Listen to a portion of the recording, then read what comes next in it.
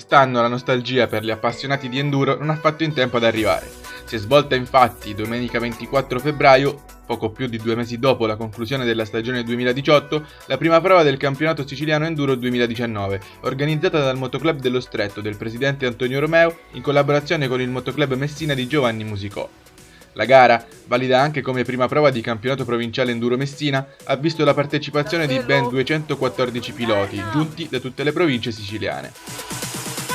Questa è misura M come meno.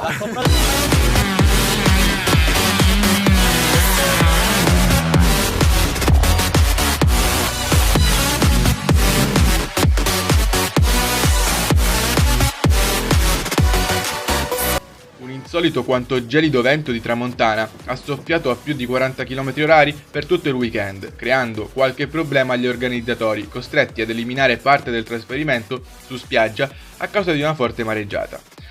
La gara, diretta da Daniela Bucolo, ha lasciato tutti i partenti con il sorriso stampato in volto, grazie a un trasferimento divertente, lungo una cinquantina di chilometri, e a 3 speciali molto tecniche, un cross test sulla spiaggia di Mortelle e 2 enduro test, uno sul torrente Corsari e l'altro sul torrente Tarantonio.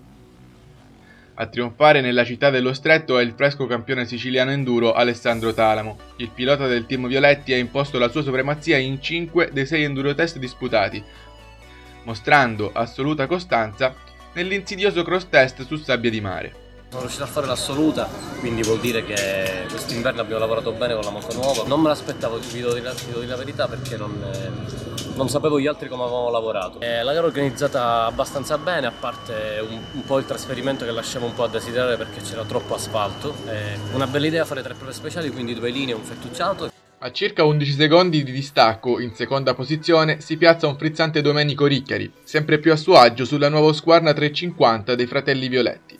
Ricchiari parte piano, per poi tuffarsi alla rimonta al secondo posto, ingaggiando una bella battaglia con l'amico Marco Bologna.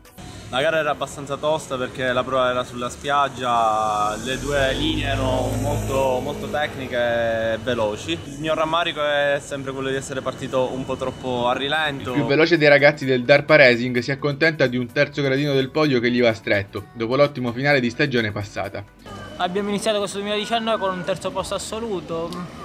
Soddisfatto, ma viste le speciali che mi piacevano abbastanza, pensavo e speravo di fare un po' meglio. Comunque sono contento e ci vediamo alla prossima. Non ancora al 100% il nisseno Eros Doria che, forse a causa del passaggio a 2 tempi, non appare decisivo soprattutto negli enduro test, mentre riesce a vincere il primo cross test. Alle spalle del pilota del team Tumino troviamo Antonio Arcuri, da subito competitivo sulla nuova KTM affidatagli dalla concessionaria Amar. Esordio assoluto nell'enduro per il crossista Gabriele Oteri, che chiude in 7ª posizione, vincendo 2 cross test e difendendosi come possibile nelle pietre dei torrenti messinesi. 8ª posizione per un sempre veloce Vincenzo D'Angelo, che precede l'inossidabile Gaetano Scuderi. Chiude la top 10 il ragusano Andrea Giglio, infallibile sulla spiaggia. L'appuntamento con il campionato siciliano enduro è rimandato al 24 marzo per la 2 giorni, valida come trofeo delle province siciliane. Ciao Angelo, perché quest'anno va forte, l'ho detto prima. Ciao Tassello. Ciao amici del Tassello, grazie. Ci vediamo domenica prossima agli Assoluti d'Italia.